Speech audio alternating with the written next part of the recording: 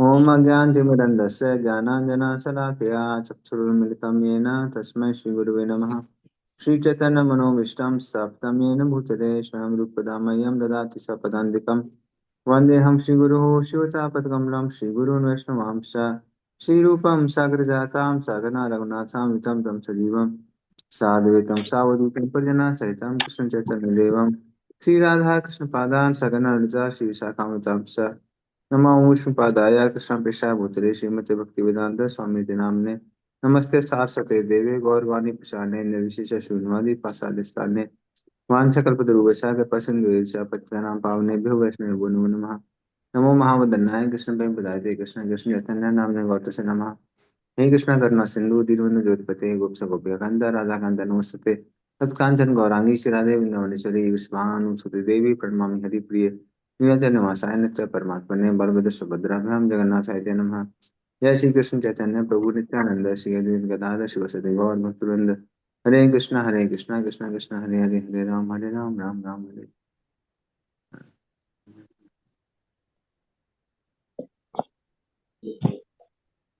हरे। चौथे श्लोक से हम स्टार्ट करेंगे।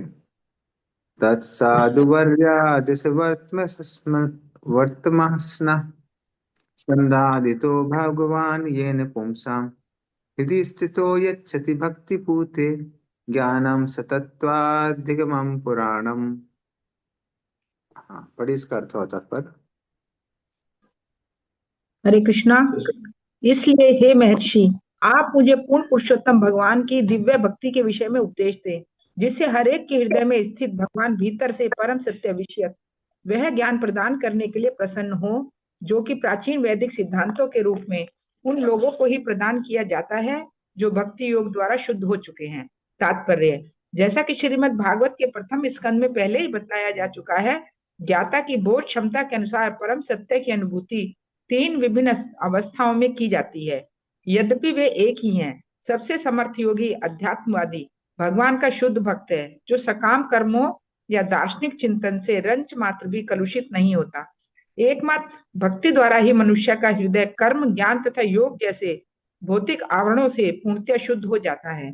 केवल ऐसी ही शुद्ध अवस्था में हर जीव के हृदय में व्यष्टि आत्मा के साथ विराजमान भगवान उपदेश देते हैं, जिससे भक्त अंतिम गंतव्य अर्थात भगवत धाम पहुंच सकता है। इसकी पुष्टि भगवत गीता में हुई है। तेषाम सतत युक्ता नाम भजताम।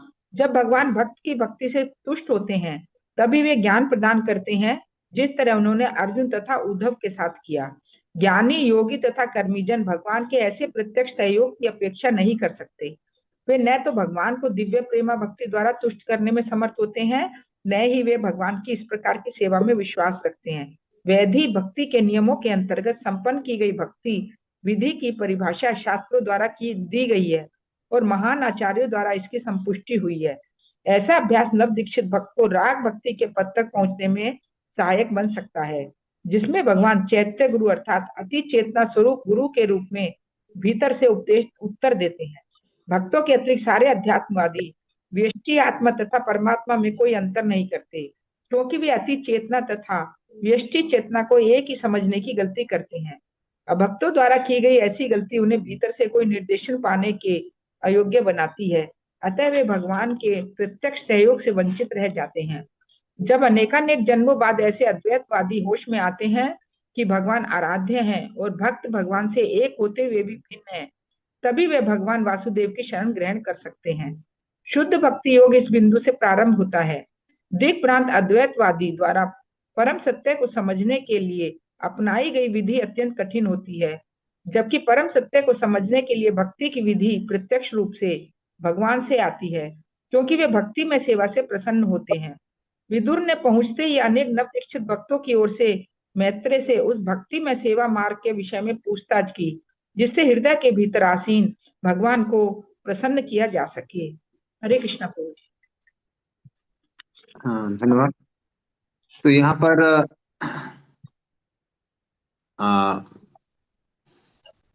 हम देखते हैं कि विदुर जी सीधे उनसे भक्ति के बारे में पूछते हैं, क्योंकि उसका रीजन ये है कि भक्ति से ही भगवान को प्रसन्न कर सकते हैं। भक्ति माम जानती, भगवान को समझ सकते हैं। और भक्त को ही भगवान से कुछ लेना देना होता है। बाकी लोगों को भगवान से उतना लेना देना नहीं है, बाकी लोगों के लिए भगवान एक मीडियम है बस। जैसे जो अष्टांग योगी होते हैं, वो जो हृदय में परमात्मा है उन पर ध्यान करते हैं। कब तक ध्यान करते हैं? वो उन पर तब तक ध्यान करते हैं जब तक उनको ये साक्षात्कार नहीं हो जाता, जब तक उनको ये साक्षात्कार नहीं हो जाता है कि हम शरीर नहीं आत्मा है।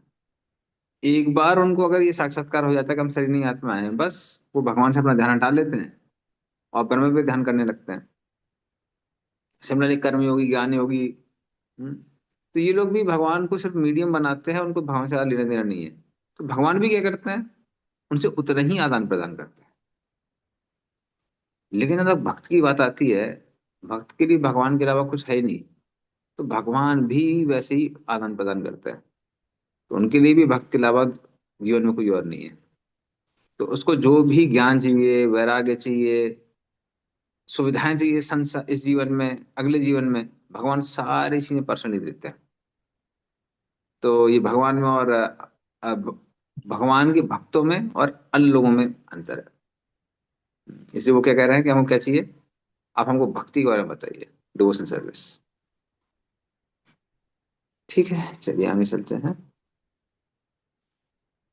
करोति कर्माणि कृतावतारो यानि आत्मतंत्रो भगवान तरिति सह यथा स सज्जाग्र इदम निरीह संस्थाप्य वृत्तिम जगतो विधत्ते। पढ़िए इसका अर्थ और तात्पर्य। हरे कृष्णा। हे महर्षि, कृपा करके बतलाए कि पूर्ण पुरुषोत्तम भगवान जो तीनों लोकों के इच्छा रहित स्वतंत्र स्वामी तथा समस्त शक्तियों के नियंता है, किस तरह अवतारों को स्वीकार करते हैं और किस तरह विराट जगत को उत्पन्न करते हैं, जिसके परिपालन के लिए नियामक सिद्धांत पूर्ण रूप से व्यवस्थित है। तात्पर्य: भगवान कृष्ण आदि भगवान हैं, जिनसे कारणों वशाई विष्णु, गर्भोद्यक्षी विष्णु तथा शिरोद्यक्षी विष्णु, ये तीनों पुरुष अवतार विस्तार पाते हैं। संपूर्ण भौतिक सृष्टि भगवान की बहिरंगा शक्ति के अंतर्गत तीनों पुरुषों द्वारा क्रमशः तीन अवस्थाओं में संचालित होती है। तो इस तरह भौतिक प्रकृति उन्हीं के द्वारा नियंत्रित होती है। भौतिक प्रकृति को स्वतंत्र मानना वैसा ही है जैसे कि बकरी के गलस्तनों में दूध की खोज करना।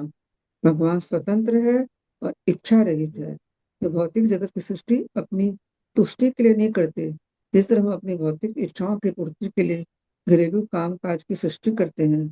वस्तुतः भौतिक जगत उन बद्ध जीवों के मोह में भोग के लिए उत्पन्न किया जाता है, जो अनादि काल से भगवान की दिव्य सेवा के विरुद्ध रहते आए हैं। किंतु भौतिक ब्रह्मांड अपने में परिपूर्ण है।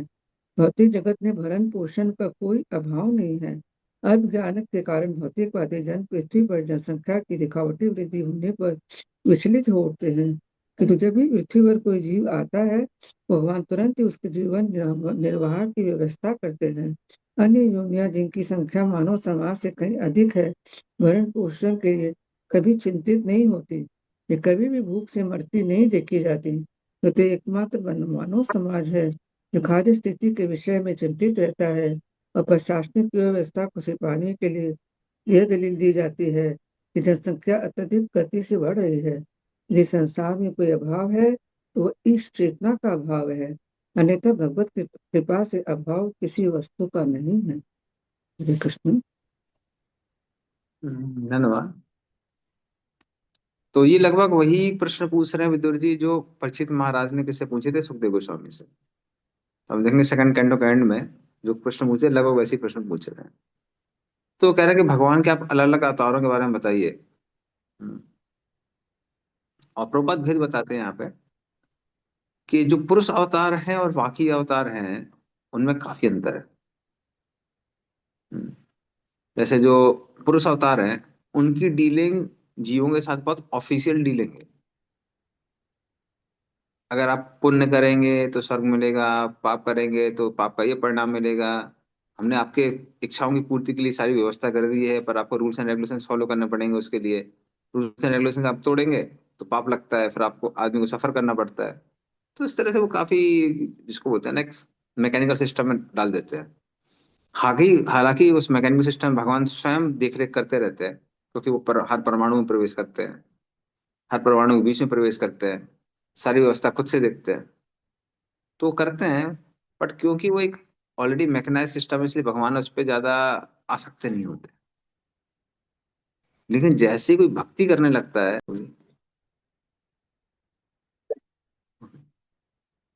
तो भगवान फिर आ, हाँ, जैसे ही कोई भक्ति करने लगता है, फिर बात आ जाती है रिलेशनशिप की। जैसे ही रिलेशनशिप की बात आती है, फिर भगवान प्रसन्न हो जाते हैं। जैसे मान लो कोई दुकानदार है और लोग सामान खरीदने आ रहे हैं, तो इवन रिलेशनशिप होता है वो बिजनेस रिलेशनशिप होता है, उतना पर्सनल नहीं होता है। आ रहा है, जा रहा है, आदमी उसलिए रिलेशनशिप मेंटेन करके रखता है कि वो आदमी आता रहेगा, हमसे सामान खरीदता रहेगा, जाता रहेगा। लेकिन जैसी बात चल रही है, मान लिया आपकी कोई फैमिली में कोई लड़का है, लड़की है, जिससे बातचीत चल रही है कि वो इसकी शादी होने वाली है, उनके कोई या वो हमारे रिलेटिव बनने वाले हैं, तो फिर चीजें क्या होती है, वो अलग अलग मोड़ ले लेती हैं। फिर चीजें कैसी होती हैं, बहुत पर्सनल हो जाती हैं। हम्म। तो सेम चीज के साथ इस भगवान के साथ में भी है। तो जब भक्त की बात आती है तो भगवान बहुत प्रसन्न हो जाते हैं। अनन्यस्य चिंतयन्तो माम ये जना पर उपासते तेषां नित्याभियुक्तानां योगक्षेम मामेय। तो जो अनन्य भक्ति करते हैं, तो जो भी उनको जरूरत है, भगवान स्वयं उसको पूरा करते हैं। तो फिर भगवान कैसे होते हैं, बहुत प्रसन्न हो जाते हैं। तो ये बहुत बड़ा डिफरेंस है दोनों में। जब भगवान परमात्मा रूप में है, ब्रह्म रूप में है, तब तो इवन फीचर्स वगैरह भी पता नहीं चलते। आप सर्व उनके साथ हैं, बस इतना पर्याप्त है। परमात्मा रूप में है, ठीक है, भगवान सृष्टि करता है, पालन करता है, विध्वंस करता है। लेकिन जहाँ भक्ति की बात आ जाती है, भगवान बहुत प्रसन्न हो जाते हैं। तो जहां तक अवतारों की बात आती है, ये सब भगवान के साथ में पर्सनल रिलेशनशिप्स वाले अवतार है, जब भगवान पर्सनली अपने भक्तों का की देख रेख कर रहे हैं। ठीक है, चलिए आगे चलते हैं।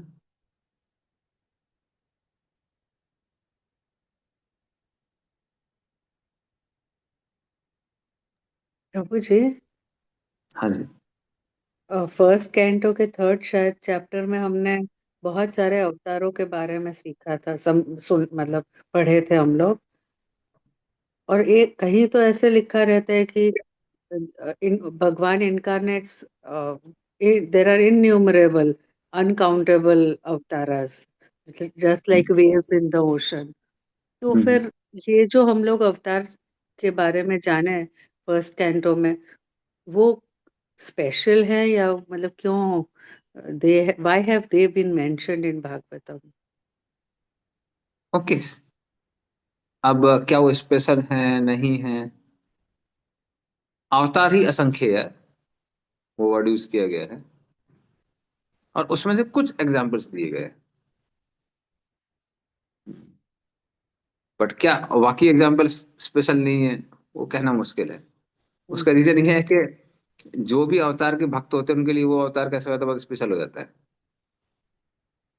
तो अगर आप बोले नहीं नहीं, वो स्पेशल नहीं है, तो फिर क्या होगा? फिर वो भक्त लोग झगड़ा करने लगते हैं, नहीं नहीं ऐसा कैसे हो सकता है। और रियलिटी ये है, हर किसी का अपने अपने, यद यद धिया तो गाय अभयंती तत्त वपु प्रणय से सदनुग्रह है। जिस जिस भाव में भक्त लोग भगवान की पूजा करते हैं, भगवान उस भाव में अवतरित होते हैं। तो उस तरह से सारे अवतार आ स्पेशल हैं। हालांकि जहां तक कृष्ण की बात आती है, तो कृष्ण की लीला और भी ज्यादा मधुर है। ठीक है।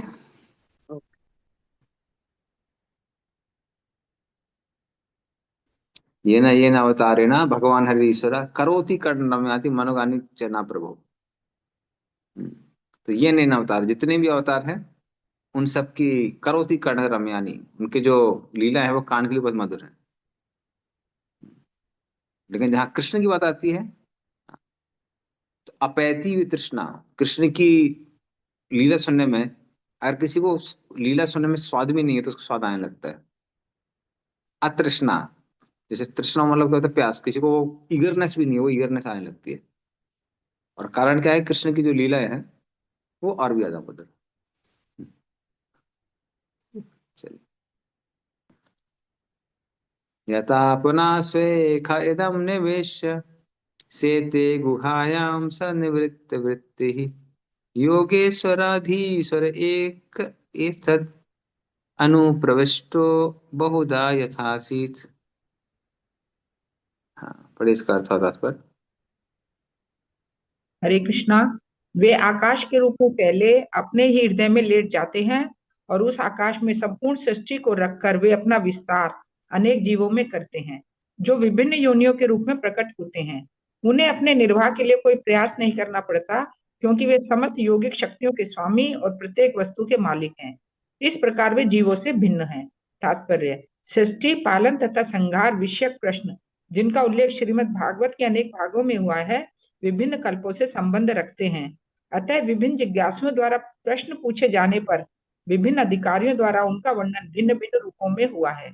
सृजन के सिद्धांतों तथा उन पर भगवान के नियंत्रण के विषय में कोई मतभेद नहीं है, किंतु विभिन्न कल्पों में होने से उनकी बारीकियों में यथ किंचित अंतर रहता है। विराट आकाश भगवान का भौतिक शरीर है, जो विराट रूप कहलाता है, और समस्त भौतिक सृष्टियां आकाश में अर्थात भगवान के हृदय में टिकी हुई हैं। अतः आकाश से लेकर जो स्थूल दृष्टि के लिए सर्वप्रथम भौतिक अभिव्यक्ति है, पृथ्वी तक हर वस्तु ब्रह्म कहलाती है। सर्वम खल विदम ए ब्रह्म, भगवान के अतिरिक्त अन्य कुछ नहीं है और वे अद्वय है। जीव पराशक्ति है, जबकि पदार्थ अपराशक्ति है, और इन दोनों शक्तियों के मेल से इस भौतिक जगत की अभिव्यक्ति होती है, जो भगवान के हृदय में स्थित है। हरे कृष्णा प्रभु जी। धन्यवाद। तो वैसे वैष्णव चक्रवर्ती बात के अनुसार यहाँ पर महाविष्णु का वो आ रहा है, डिस्क्रिप्शन आ रहा है, और प्रभुपाद के अनुसार विराट रूप का आ रहा है, और दोनों अपने अपनी जगह सही है। तो बेसिकली अभी वो कहाँ से स्टार्ट करते हैं, वो पुरुष अवतारों से स्टार्ट कर रहे हैं।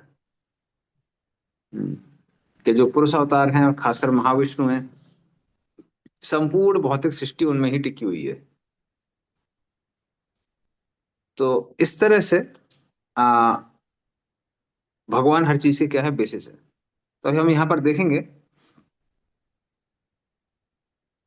कि थर्ड कांड प्रभुपाद क्यों लिख रहे हैं, क्योंकि कई कुछ डिफरेंसेस आते हैं।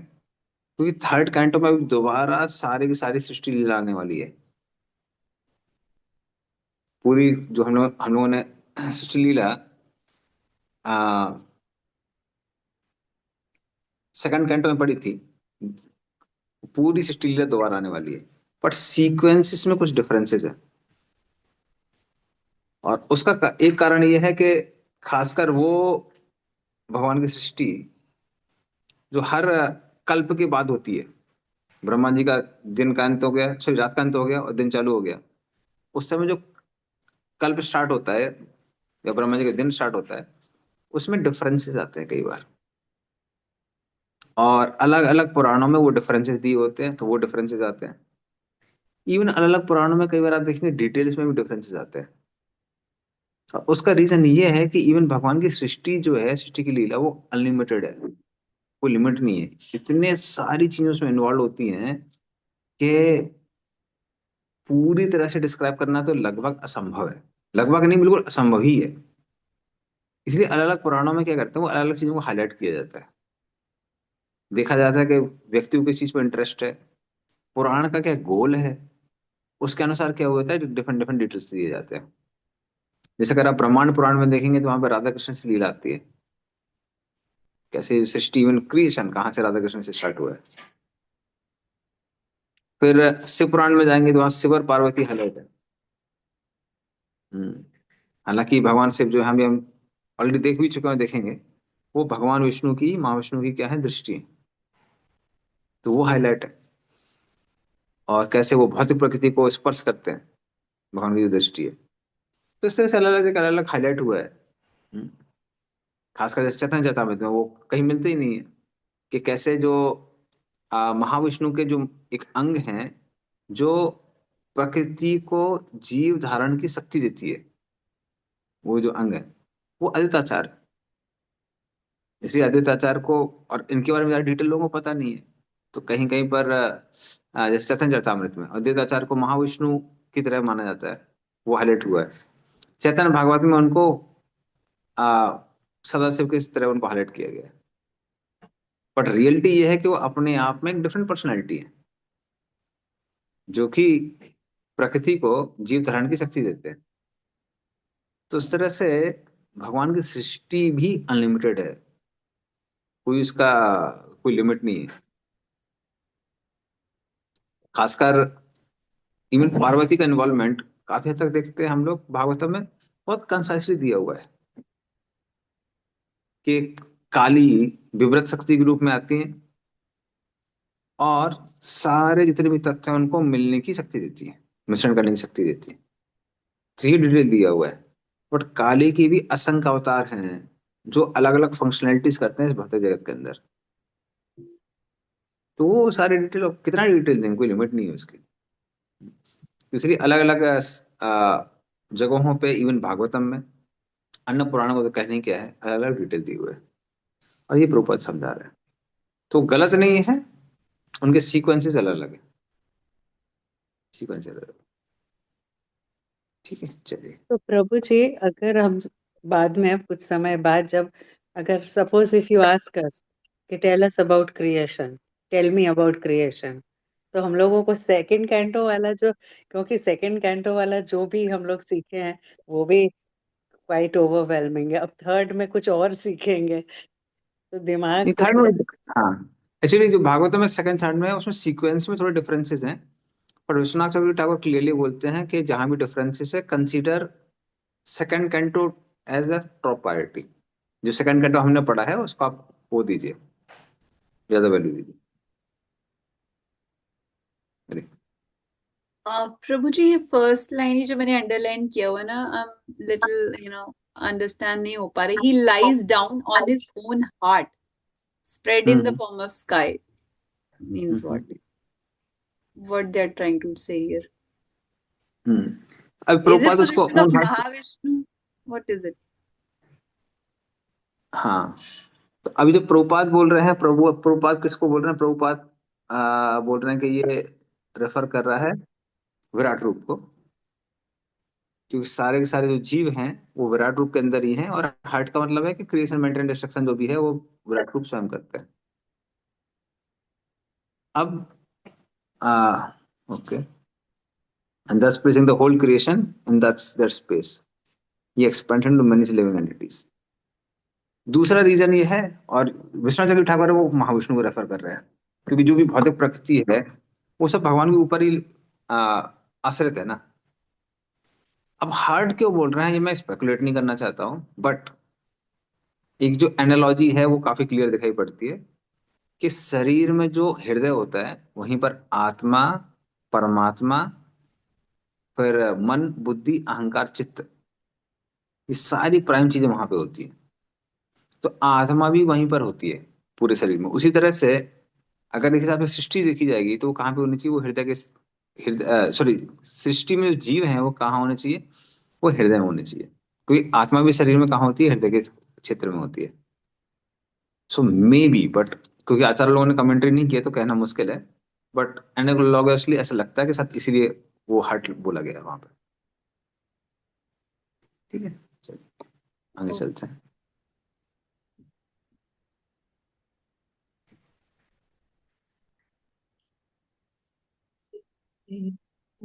आगे की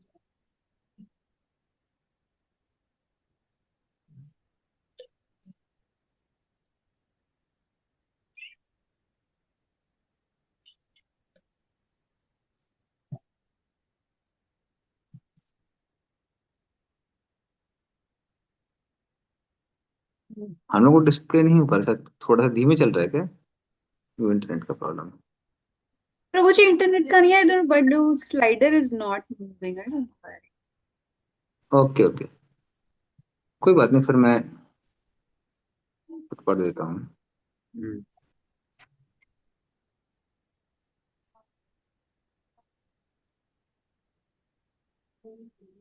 तो सेवेंथ वर्स है ना? जी। हम्म। क्रीडन् वितत्ते द्विजगोसुराण, क्षेमाय कर्माणि अवतार भेदे, मनो न तृप्यति अपि सन्वताम्ना, सुश्लोक मौलिः सरितामृतानि। हाँ, पढ़े इसका अर्थ तात्पर्य। हरे कृष्ण।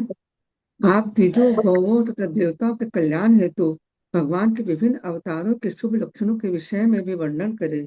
यद्यपि हम निरंतर उनके दिव्य कार्यकलापों के विषय में सुनते हैं, किंतु हमारे मन कभी भी पूर्णतः तुष्ट नहीं हो पाते। तात्पर्य, भगवान इस ब्रह्मांड में विभिन्न अवतारों के रूप में तथा मत्स्य, कूर्म, वराह तथा नृसिंह रूपों में प्रकट होते हैं और द्विजों गौओं तथा देवताओं के कल्याण हेतु विविध दिव्य कार्यों को प्रदर्शित करते हैं। भगवान द्विजों अर्थात सभी पुरुषों को प्रत्यक्ष रूप से चिंता करते हैं। सभी व्यक्ति वो है जिसने 2 बार जन्म लिया हो। जीव संसार में नर तथा मादा के संसर्ग में जन्म लेता है। मनुष्य माता पिता की संयुक्ति से उत्पन्न होता है, किंतु सभी मनुष्य का दूसरा जन्म गुरु के संपर्क से होता है, जो वास्तविक पिता बनता है। भौतिक देह प्रदान करने वाले माता पिता केवल एक जन्म के लिए ही माता पिता है, किंतु अगले जन्म में माता पिता अन्य जोड़ा हो सकता है। किंतु प्रामाणिक गुरु तो भगवान के प्रतिनिधि के रूप में नित्य पिता होता है, क्योंकि उस पर शिष्य को आध्यात्मिक मोक्ष या जीवन के चरम लक्ष्य तक पहुंचाने का उत्तरदायित्व रहता है। इसलिए सभी व्यक्ति को द्विजन्मा होना ही चाहिए, अन्यथा वह निचले दर्जे के पशुओं जैसा ही है। मनुष्य शरीर को पूर्णता प्रदान करने के लिए गाय सबसे महत्वपूर्ण पशु है। शरीर का पालन पोषण किसी भी तरह के भोज्य पदार्थों से किया जा सकता है, किंतु मनुष्य के मस्तिष्क के सूक्ष्मतर कोशिकाओं के विकास के लिए गाय का दूध विशेष रूप से आवश्यक होता है। इससे मनुष्य दिव्य ज्ञान की पेचीदगियों को समझ सके। किसी सभ्य मनुष्य से अपेक्षा की जाती है कि वह फल, शाक, अन्न, चीनी तथा दूध से युक्त भोज्य पदार्थों पर जीवन निर्वाह करे। बैल अन्न इत्यादि उत्पन्न करने की कृषि प्रक्रिया में सहायक करता है। एक तरह से बैल मानव जाति का पिता है, जबकि गाय माता है, क्योंकि मानव समाज को दुख प्रदान करती है। तो किसी सभ्य मनुष्य से अपेक्षा की जाती है कि वो बैलों तथा गौओं को सभी प्रकार का संरक्षण प्रदान करे। उच्चतर लोकों में रहने वाले देवतागण अथवा जीवात्मा मनुष्य से कहीं अधिक श्रेष्ठ है, क्योंकि उनके जीवन की स्थितियां बेहतर ढंग से व्यवस्थित होती है। अतः वे मनुष्य की अपेक्षा कहीं अधिक विलासिता में रहते हैं। इतना होते हुए वे सब भगवत भक्त होते हैं। भगवान सभी मनुष्यों, गौओं तथा देवताओं को जो आत्म साक्षात्कार के निमित्त नियमित जीवन के लिए सीधे उत्तरदायी होते हैं, सुरक्षा प्रदान करने हेतु विविध रूपों में अवतरित होते हैं, जैसे मत्स्य, कूर्म, वराह तथा नृसिंह रूप। भौतिक सृष्टि की संपूर्ण प्रणाली योजनाबद्ध है, ताकि बुद्ध जीवों को आत्म साक्षात्कार के लिए अवसर मिल सके। जो कि यह व्यवस्था का लाभ उठाता है, देवता अथवा सभ्य पुरुष कहलाता है। गोधन जीवन के ऐसे उच्च स्तर को बनाए रखने में सहायता के निमित्त है। द्विजन्मा सभी मनुष्यों, गौओं तथा देवताओं की रक्षा के लिए भगवान की लीलाएं दिव्य होती है। मनुष्य में अच्छी कथा कहानियां सुनने की प्रवृत्ति होती है, अतः विकसित आत्मा की रुचियों की तुष्टि हेतु बाजार में अनेकानेक पुस्तकाएं, पत्रिकाएं तथा समाचार पत्र है, किंतु एक बार पढ़ लेने के बाद ऐसे साहित्य का आनंद बासी पड़ जाता है और ऐसे साहित्य की बारंबार पढ़ने में लोगों की रुचि नहीं रह सकती। वस्तुतः समाचार पत्र 1 घंटे से भी कम समय तक पढ़े जाते हैं और उसके बाद कूड़ादान में फेंक दिए जाते हैं। अन्य समस्त लौकिक साहित्य का भी यही हाल है, किंतु भगवत गीता या भागवतम जैसे दिव्य ग्रंथों का सौंदर्य यह है कि वे कभी पुराने नहीं पड़ते। इस संसार में उन्हें सभी पुरुष द्वारा विगत 5000 वर्षों से पढ़ा जाता रहा है, फिर भी वे कभी पुराने नहीं पड़े। विद्वानों तथा भक्तों के लिए वे चिरंजीव है। भगवत गीता तथा भागवत के श्लोकों के नित्य पाठ से विदुर जैसे भक्तों की भी तृप्ति नहीं होती। विदुर ने मैत्रेय से भेंट करने के पूर्व भगवान की लीलाओं का न जाने कितनी बार श्रवण किया होगा, किंतु फिर उन्हीं लीलाओं की पुनरावृत्ति चाह रहे थे, क्योंकि उन्हें सुनने से वे तृप्त नहीं हो पाए थे। भगवान की महिमा मंडित लीलाओं की दिव्य प्रकृति ऐसी ही होती है। हरे कृष्ण। धन्यवाद। तो वो अभी कह रहे हैं कि हम लीला अवतारों के बारे में सुनना चाहते हैं, जिसके ऊपर श्लोक बोला गया है। और दूसरी चीज हम देख सकते हैं यहाँ पे जो प्रभुपद एम्फेसाइज कर रहे हैं, वो बोल रहे हैं कि एंटरटेनमेंट हर किसी को चाहिए। तो बाहर के लोग एंटरटेनमेंट कहाँ ढूंढते हैं?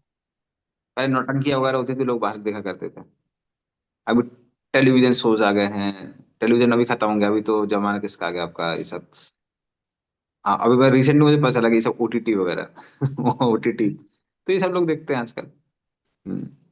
तो इस तरह से हर किसी को एंटरटेनमेंट चाहिए, लेकिन जो एंटरटेनमेंट के बाकी सोर्सेज हैं वो एक चीज को आप दोबारा नहीं देख सकते।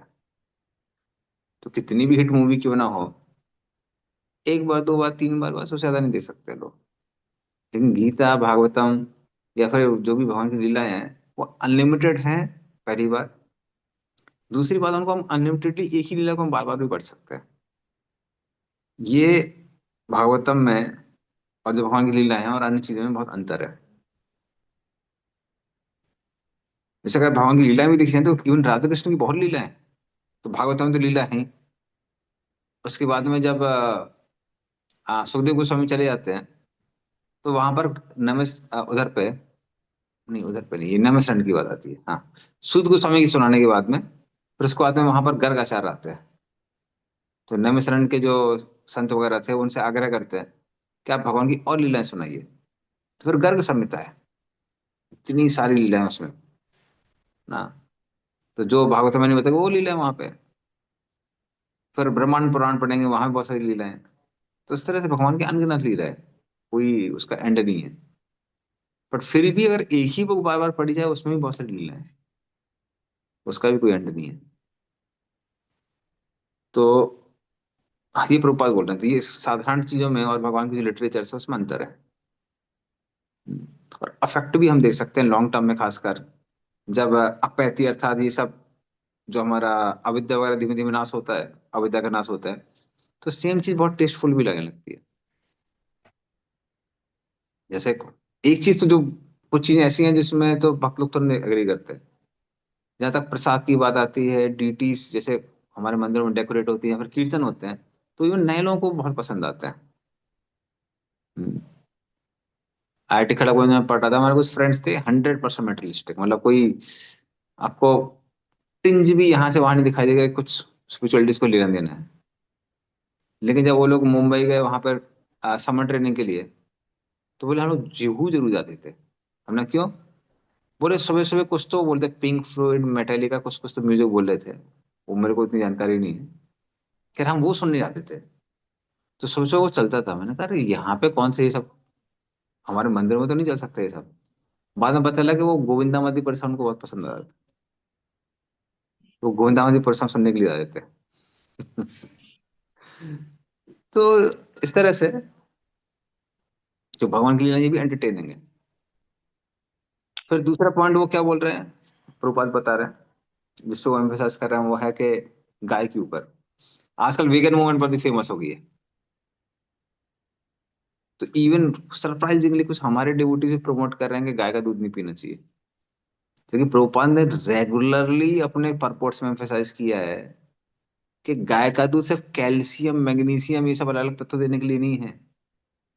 गाय का जो दूध है वो क्या देता है, वो प्रभुपाद बोलते हैं कि it gives you final tissues by which you can understand spiritual knowledge. वो आपको बुद्धि प्रदान करता है जिससे आप आध्यात्मिक ज्ञान को ग्रहण कर सकते हैं। क्योंकि गाय का दूध किस में होता है, वो सत्वगुण में होता है। हम्म। तो ये प्रभुपाद का बहुत क्लियर एम्फेसिस रहा है। हालांकि कई बार कुछ भक्तों से डिफर कर जाते हैं, कुछ लोग सपोर्ट करते हैं, बट प्रभुपाद बहुत क्लियर है इस मामले में। एक भक्त ने तो हमारे पता नहीं किसी डिवोटी का ही से इंस्पायर होके हम लोग जो काउंसलिंग ग्रुप है उसमें वीडियो भेज दिया था, अगर गाय का दूध नहीं पीना चाहिए। अरे फिर मैंने उसको समझाया, मैंने कहा, अरे बोले कि ये अन्याय है गाय के साथ में, और गाय को जब बूढ़ी हो जाती है तो गाय को मरने के लिए भेज देते हैं। हम अगर गाय का दूध पीना बंद कर दिया तो लोग वैसे भी गाय को वही। स्लॉटर हाउस भेज देंगे। जब तक गाय की यूटिलिटी, जो गाय से जो प्रोटेक्शन करते हैं उनकी यूटिलिटी होती रहेगी, तब तक गाय की सुरक्षा चलती रहेगी। और रियली स्पीकिंग जो प्रभुपाद का मॉडल था वो कुछ कुछ डिवोटीज ट्राई कर रहे हैं। हालांकि हम लोग क्योंकि शहरों में ट्रेंड है तो बहुत मुश्किल है। बट जो प्रभुपाद का मॉडल क्या था कि गाय है, खेत है, उससे आपकी पूरी लाइफ आराम से चल सकती है। जो खेत से रॉ मटेरियल निकलता है वो किसके लिए यूज होता है, गाय के लिए। और गाय से जो बाय प्रोडक्ट्स निकलते हैं वो किस में यूज होते हैं, वो खेत में यूज होते हैं। गोबर हो गया, गोमूत्र हो गया, गोमूत्र से सारी इंसेक्टिसाइड बन जाती है, गोबर सारी फर्टिलाइजर बन जाती है। और गाय का दूध आपका एक्स्ट्रा है। और गाय खाती क्या है, वो जो आपके खेत में बचा रहता है जो आजकल किसान जला देते हैं। कोई मेहनत नहीं करना चाहते हैं। तो फार्म कम्युनिटीज, यस। तो वो तो लेकिन यह है कि कृषि और गोरक्षा एक साथ चलती है। वो प्रभुपाद ने पहले भी कई बार क्लियर किया है कि ये दोनों के दोनों एक दूसरे को फुलफिल करते हैं। सिर्फ कृषि करेंगे गोरक्षा नहीं करेंगे तो कृषि करने के लिए आपको लोन लेना पड़ेगा आर्टिफिशियल फर्टिलाइजर डालने के लिए। फिर क्या होता है, खेती अगर ठीक से नहीं हुई है तो फिर किसान लोग आत्महत्या कर लेते हैं। बहुत सारे, अभी नहीं लेकिन 15-20 साल पहले काफी केसेस हुआ करते थे ऐसे। सिमिलरली जहां तक उसकी बात आती है, गाय की बात आती है, जो लोग गौशाला मेंटेन करते हैं, कई बार वो इतना महंगा पड़ जाता है कि फिर वो फाइनेंशियली फिजिबल नहीं होता है। लेकिन अगर दोनों चीजें चल रही हैं तो आपको बाहर से कुछ नहीं चाहिए। जो खेत का बचा रहेगा वो गाय खाएगी, और जो गाय का बाई प्रोडक्ट्स है वो खेत में यूज होंगे। तो प्रोपाद सेल्फ सस्टेनिंग कम्युनिटी चाहते थे। हालांकि मॉडर्न टेक्नोलॉजी इतनी रैपिडली स्प्रेड हुई कि जहां जहां प्रभुपाद ने वो स्टार्ट किए थे प्रोजेक्ट्स, इवन वहां पे भी बंद हो गए।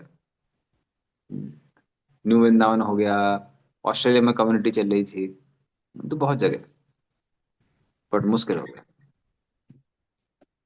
तो इसलिए प्रभुपाद फिर से यहाँ पे जैसी गाय की बात है, प्रभुपाद उसको एम्फेसाइज करने लगे। ठीक है, चलिए आगे चलते हैं। यस्तेत भेदेर अधिलोकनाथो लोकान लोकान सह लोकपालान अचिक्लपत यत्र ही सर्वसत्व निकाय भेदो अधिकृतः प्रतीतः। हाँ, पढ़े इसका अर्थ तात्पर्य। हरे कृष्णा। समस्त राजाओं के परम राजा ने विभिन्न लोकों की तथा आवास स्थलों की सृष्टि की, जहाँ प्रकृति के गुणों और कर्म के अनुसार सारे जीव स्थित हैं, और उन्होंने उनके विभिन्न राजाओं तथा शासकों का भी सृजन किया। तात्पर्य: भगवान कृष्ण समस्त राजाओं के प्रधान राजा हैं। उन्होंने सभी प्रकार के जीवों के लिए भिन्न भिन्न लोकों की रचना की है। इस लोक तक में विभिन्न प्रकार के लोगों के आवास हेतु भिन्न भिन्न स्थान है। इसमें मरुस्थल, हिम प्रदेश तथा पर्वतीय क्षेत्रों में घाटियां जैसे स्थान है, और उनमें से हर एक में विभिन्न गुणों वाले नाना प्रकार के लोग अपने पूर्व कर्मों के अनुसार उत्पन्न होते हैं। लोग अरब के मरुस्थल में हैं और हिमालय पर्वत की घाटियों में हैं, और इन दोनों स्थानों के निवासी परस्पर भिन्न होते हैं। जिस तरह हिम प्रदेश के लोग भी उनसे भिन्न हैं, इस तरह भिन्न भिन्न लोक भी हैं। पृथ्वी से नीचे पाताल लोक तक के लोग विभिन्न प्रकार के जीवों से पूर्ण हैं। कोई लोक रिक्त नहीं है, जैसा कि आधुनिक तथाकथित विज्ञानी भ्रमवश कल्पना करते हैं। भगवत गीता में हम भगवान को यह कहते पाते हैं कि जीव सर्वगत है, अर्थात जीवन के हर क्षेत्र में उपस्थित है। अतः इसमें है कोई संदेह नहीं कि अन्य लोकों में भी हमारी ही तरह के निवासी हैं, कभी कभी हमसे अधिक बुद्धि तथा अधिक ऐश्वर्य वाले। उन अधिक बुद्धिमानों के रहने के लिए जो स्थितियां हैं, वे इस पृथ्वी की अपेक्षा अधिक विलासपूर्ण है। ऐसे भी लोग हैं जहाँ सूर्य प्रकाश नहीं पहुंचता, और ऐसे भी जीव है जिन्हें अपने विगत कर्मों के कारण वहां रहना पड़ रहा है। रहने की स्थितियों की ऐसी सारी योजनाएं भगवान द्वारा बनाई गई हैं। इस पर और अधिक प्रकाश डालने के उद्देश्य से विदुर ने मैत्रेय से इसका वर्णन करने के लिए अनुरोध किया। हरे कृष्ण प्रभु जी। धन्यवाद। तो विदुर जी की उनसे मैत्री मुनि से पूछ रहे हैं कि आप, भगवान ने कैसे अलग अलग राज्य बनाए हैं, राजा बनाए हैं, इन सब की डिटेल्स बताइए। तो वर्णाश्रम धर्म को भगवान ने स्थापित किया, और प्रभुपाद बता रहे हैं कैसे भगवान की वैरायटी अनलिमिटेड है। जितनी जीवों की इच्छाएं हो सकती हैं, हर फैसिलिटी दी गई है। बस जैसे आपको पुण्य मिलता है वो फैसिलिटी मिल जाती है। हम्म, जैसे, anyway, not very good example, जो लोग मदिरा पान करना चाहते हैं, हम्म, और कुछ लोग चाहते हैं कि नहीं नहीं हम वो करें फिर हम गलत, वो गलत भी ना हो, तो फिर उनके लिए रसातल बने हुए हैं, स्ट्रांग लिकर। उससे कम स्ट्रांग चाहिए तो भाई पृथ्वी लोक में आ जाइए।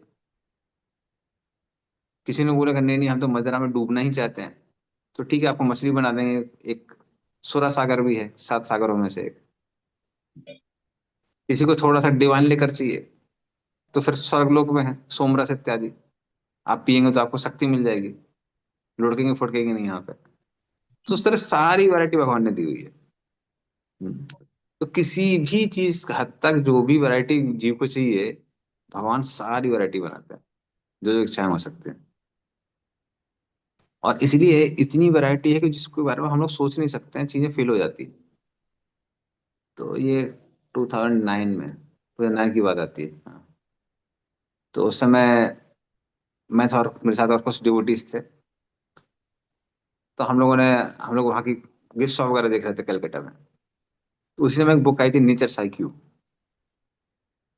तो दो इस्कॉन के ही भक्त हैं जिन्होंने नेचर के थ्रू ही दिखाया है कि ऐसे भगवान होने ही चाहिए, पॉसिबिलिटी नहीं है। फ्लैमिंगो वगैरह पता नहीं कौन सी एक छोटी सी बर्ड होती है, बहुत 8 ग्राम उसका वेट होता है बस। वो इतने मील चलती है और इतनी स्पीड से अपने विंग्स को फ्लैप करती है कि अगर मान लीजिए आप उसके पूरे मास को एनर्जी में कन्वर्ट करेंगे तो भी वो एनर्जी नहीं मिलेगी। तो उससे प्रूव होता है कि ये भगवान ही चला रहे हैं, कौन कर रहा है उसको। तो नेचर स्लो आप समझ में नहीं आते हैं। फिर दूसरा बात वो क्या बोलते हैं कि बहुत सारे जो पक्षी हैं वो नॉर्थ पोल से डायरेक्टली ट्रेवल करके साउथ पोल में जाते हैं, सनबर्ड। ओके। तो फिर उसी तरह से बहुत सारे जो पक्षी हैं वो नॉर्थ पोल से साउथ पोल जाते हैं, अलग अलग उसमें। हाँ। तो किलोमीटर तक चलते हैं, बीच में आसपास समुद्र है, एक कोई छोटा सा द्वीप होगा, उनको पता रहता है कि द्वीप कहाँ पे है। कोई रडार सिस्टम नहीं, कोई जीपीएस नहीं है, उनको कैसे पता चलता है। इवन डेजर्ट्स में जनरली क्या होता है कि मछली, हम लोग बोलते हैं मछली जल की रानी है, लेकिन ऑस्ट्रेलिया में कई ऐसी मछलियां हैं जो जब पानी डेजर्ट में, कुछ जगह जहाँ पर पानी भर रहता है तब तक वो वहां रहती हैं, पानी सूख जाता है तब भी वो सरवाइव कर जाती हैं वहाँ पे। तो इतनी दुनिया में वैरायटी है जिसको हम सोच नहीं सकते। हाँ, कि बिना बिना पानी की भी मछली रह सकती है। तो वही प्रभुपाद यहाँ बोल रहे हैं कि लोग बोलते हैं कि आ, जीव यहाँ नहीं है, वहां नहीं है, दूसरे प्लैनेट्स में नहीं है, मार्स में नहीं है, मून में नहीं है। प्रभु बोलते हैं, जीव तो सब कहाँ है, सब जगह जीव है, कोई ऐसा स्थान नहीं है जहाँ पर जीव नहीं हो। हम्म।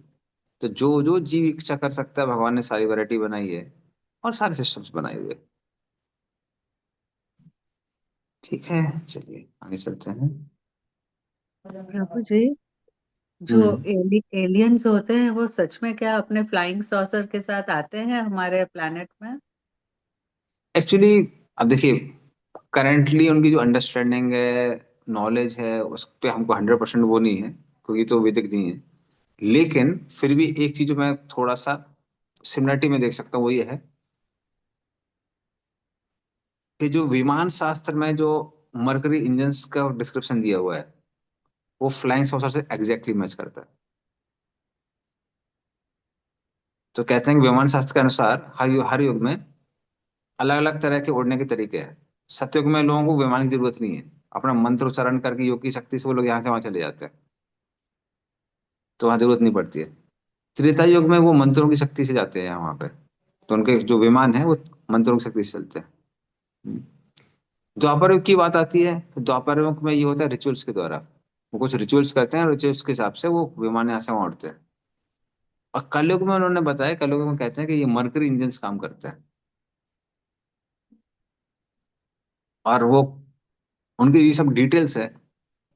जैसे एक पर्सन प्रवीण मोहन करके, उसने अपना चैनल चलाया, वो कई सालों से कुछ कुछ उसके एपिसोड देखे काफी। उसे वैदिक कल्चर का भी वो भी आता है, फिर भी आता है। तो उसने अपने एक एपिसोड में बताया हुआ है कि क्या नाम है उसका, हम्म, श्रीरंगम वो जो टेम्पल है उसमें ब्रह्मा जी का कौन सा विमान है, और उसमें इंस्क्रिप्शन जो किए हुए हैं उसे कोई कोई समझ में आता है कि उनकी कितनी एंगुलर स्पीड होगी, क्या कैसा होगा, ये सब डिटेल वहां पे है। जो लोग उसकी स्टडी करते हैं उनको समझ में आता है वो। तो उस तरह से विमान शास्त्र, तो विमान शास्त्र के अनुसार ऐसा लगता है। और एलियंस बहुत लोगों ने कंफर्म किया है, इंक्लूडिंग नासा, और सेकंड वर्ल्ड वॉर में बहुत बार हुआ है। सो दे आर देयर, वो हैं। हम्म। और हमको पता है कि वो लोग देवता है या फिर अन्य लोगों के प्राणी है। और जहां तक मॉडर्न साइंस की बात आती है, कॉस्मोलॉजी की बात आती है, वो सबको एक ही नेम में डिफाइन कर देते हैं, एलियंस। जबकि वो वैरायटी है, एक ही नहीं है। ठीक है। प्रभु जी, ऐसा क्यों होता है कि जिन्होंने एलियंस को देखा है या कुछ वैसा एक्सपीरियंस किया है, या तो they die, generally they commit suicide, या फिर they die an unnatural death, या there is something fishy about their death, ऐसा क्यों होता है? वही मैं कह रहा हूँ, हमको पता नहीं है एग्जैक्टली वो कौन से एलियन को देख रहे हैं, क्योंकि भूलोक के ऊपर भंवरलोक है। भंवरलोक में राक्षस वगैरह रहते हैं, और बीच में अंतरिक्ष है जहां पर भूत प्रेत रहते हैं। और उन्होंने किसको देखा किसको नहीं देखा हमको पता नहीं है, क्योंकि जहां तक देवताओं की बात आती है, प्रभुपाद कहते हैं कि they don't come here even to do excretion. मैं वर्ड यूज नहीं करना चाहता, क्योंकि वो कल कैसी स्थिति है, तो इसलिए आ, देवताओं के आने के चांसेस बहुत कम है। तो हो सकता है ये सब लोग हों। तो हो सकता है वही उनको ऊपर पहुंचा देते हो, या वो डर के मारे हम साइड कर लेते हो। हमको मालूम नहीं है, तो डिफिकल्ट टू प्रिडिक्ट। बट एक मरकरी इंजन से, मरकरी इंजन यूज करते हैं। और एक और चीज है कि जो मैकेनिकल साइंस है, तो ये सब मैकेनिकल साइंस पे डिपेंडेंट है। और मैकेनिकल साइंस की जहां पर आती है, राक्षस एक्सपर्ट है उसमें। तो मैकेनिकल साइंस में देवता लोग जनरली काम करते हैं मंत्रों से, लेकिन जो राक्षस लोग जनरली वो मैकेनिकल साइंस में बहुत एक्सपर्ट होते हैं, सुपर एक्सपर्ट होते हैं। तो हो सकता है ऐसा कुछ रिलेशनशिप। और एक प्रभु जी, कि ये जैसे कुंभ मेले में इतने सारे जो साधु, नागा बाबा साधु और बहुत सारे साधु सडनली अपीयर हो जाते हैं, तो they nobody sees them travelling और वॉकिंग, और मतलब they don't see them anywhere and suddenly they are there. तो वो भी अपने मंत्र उच्चारण से आ जाते होंगे, या अपने सटल बॉडी, मतलब क्या, what is, how is it happening? नहीं, देखिए दोनों चीजें हैं। बहुत सारे साधु तो ऐसे हैं कि जिनके बारे में लोगों को पता है। जब भी नागा साधुओं को वो मिलती दीक्षा मिलती है, तो उनको जनरली एडवाइस ये दी जाती है कि आप निर्जन स्थानों पर रहें जहाँ पे लोग रहते नहीं है। पर सडनली बहुत सारे लोग हैं जिनके पास सिद्धियां भी हैं। तो प्रभुपाद बोलते हैं कई लोग जो बड़े बड़े योगी होते हैं, वो गंगा के प्रवाह के साथ में वहां आ जाते हैं। गंगा में कहीं डुबकी लगाएंगे, जहां गंगा है वहां पे गंगा से कहीं और निकल सकते हैं। तो वो प्रभुपाद खुद बताते हैं। तो एक एपिसोड आता है जहां पर चतुष कुमार पहुंचते हैं पाताल लोक, और उनके बाल गीले होते हैं। तो प्रभुपाद वहां लिखते हैं कि वो जो योगी लोग हैं वो गंगा के द्वारा किसी भी प्लैनेट में किसी भी जगह पहुंच सकते हैं। कुछ लोग हैं जो इवन सूर्य की किरणों के साथ में ट्रेवल कर सकते हैं, वो पावर भी उनके पास होती है। तो इस तरह से हो सकता है वो अलग लोग से भी हमें भी पॉसिबिलिटी है। तो इस तरह से उनके पास पावर्स होती है। और सुपरनेचुरल पावर्स तो जो भी इंडिया में रहते थोड़ी थोड़ी सबने देखी हुई है। मैंने छोटे में देखा हुआ है। वो लोग हैं जो मन मन पढ़ लेते हैं, भविष्य बता देते हैं। तो ये सुपर नेचुरल लोग तो बहुत छोटे से मैंने भी बहुत देखे हुए हैं। So this not like surprising नहीं है बहुत। ठीक है।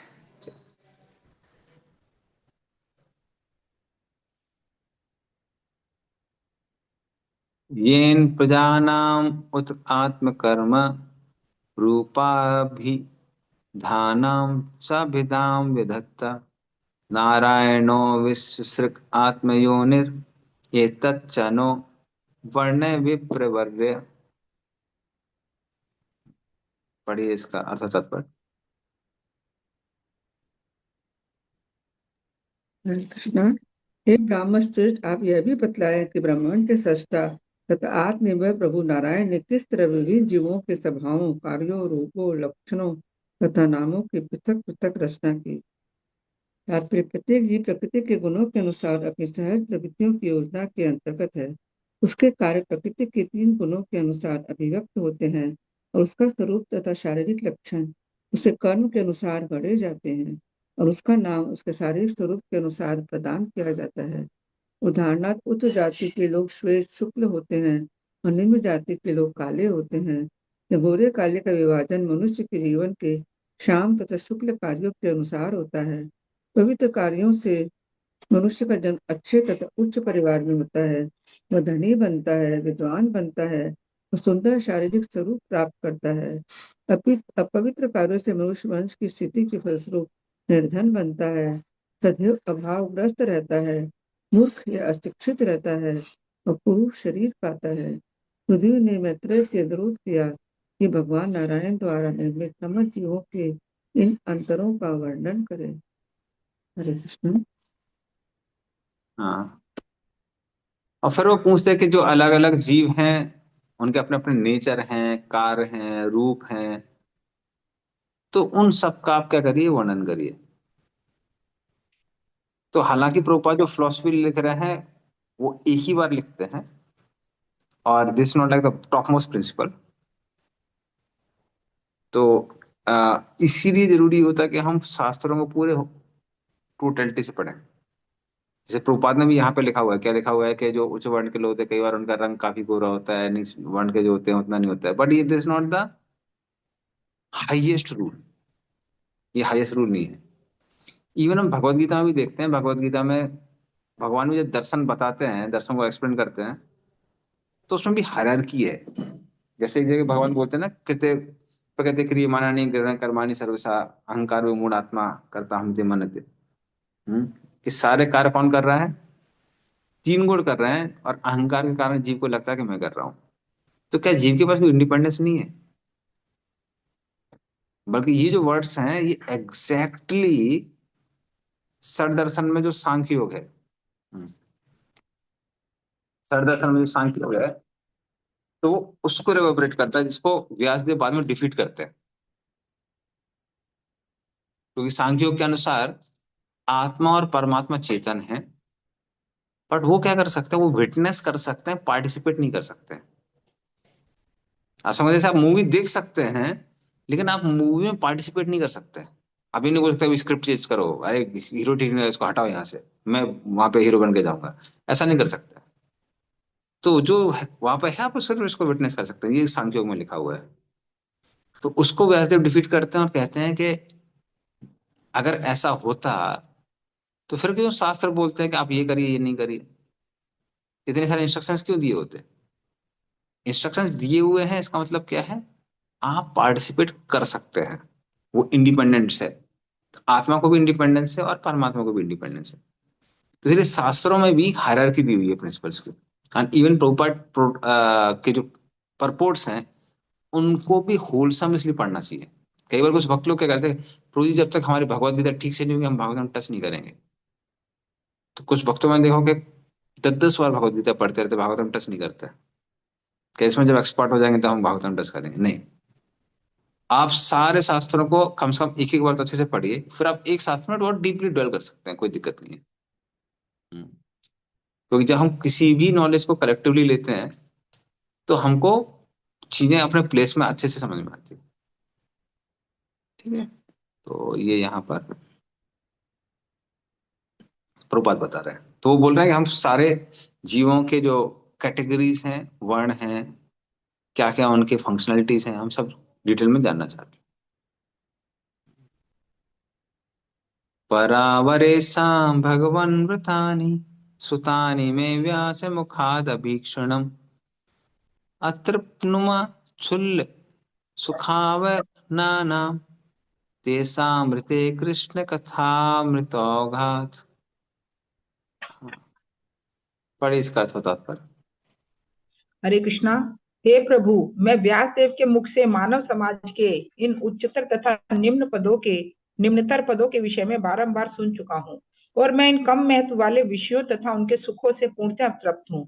पर वे विषय मुझे बिना कृष्ण विषयक कथाओं के अमृत से मुझे तुष्ट नहीं कर सके। तात्पर्य, क्योंकि लोग सामाजिक तथा ऐतिहासिक परिस्थितियों को सुनने में अत्यधिक रुचि लेते हैं, अतः श्री व्यास देव ने पुराण तथा महाभारत जैसे अनेक ग्रंथों की रचना की है।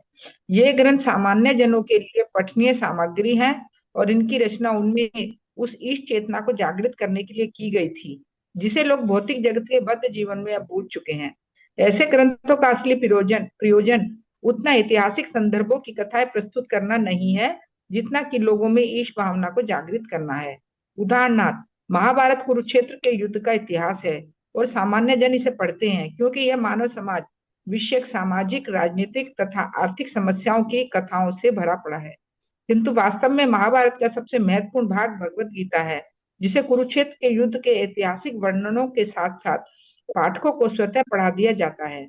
विदुर ने मैत्रेय को बताया कि वे लौकिक, सामाजिक तथा राजनीतिक कथाओं के ज्ञान से पूर्णतः तृप्त हो चुके हैं, अतएव अब उनमें उनके लिए रुचि नहीं है। वे भगवान कृष्ण विषयक दिव्य कथाएं सुनने के लिए लालायित थे।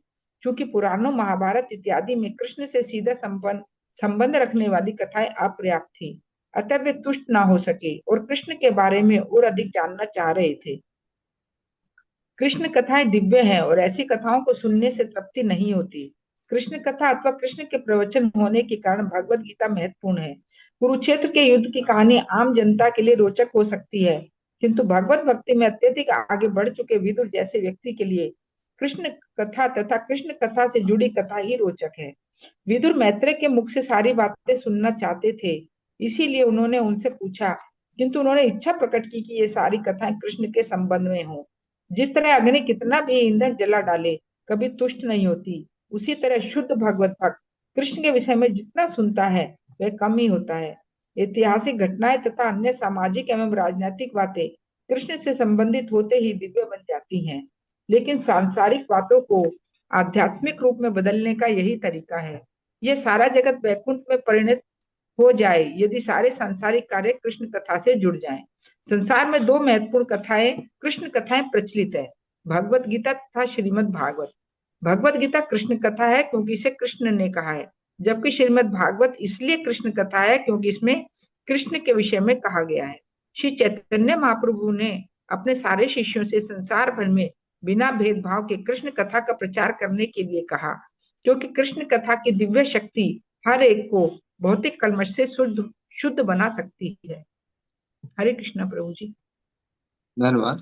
तो विदुर जी जब कह रहे थे कि आप हमको हायर लोअर स्टेटस के बारे में, कौन कौन से जीव हैं, जीव राशि हैं, कैटेगरीज हैं, सब के बारे में बताइए, फिर वो डर जाते हैं। वो कहते हैं कहीं ये महाभारत ना बताने लगे। और उसका रीजन ये है, महाभारत वाकई में जिसको बोलेंगे सुपर स्पेशल धर्म ग्रंथ है। तो जहां तक धर्म अर्थ काम मोक्ष में जो धर्म की बात आती है, धर्म में जो डिटेल और जो सटलिटीज महाभारत में दी हुई है वो कहीं नहीं दी हुई है। बल्कि पाराशर मुनि अपने शिष्यों से कहते हैं कि जो मेरा पुत्र कृष्ण द्वैपायन व्यास है, तो वो बोलते मैं भी व्यास रह चुका हूँ, लास्ट टू लास्ट मिलेनियम में मैं व्यास था, लेकिन जो मेरा पुत्र है कृष्ण द्वैपायन व्यास, वो वाकई में भगवान का अवतार है।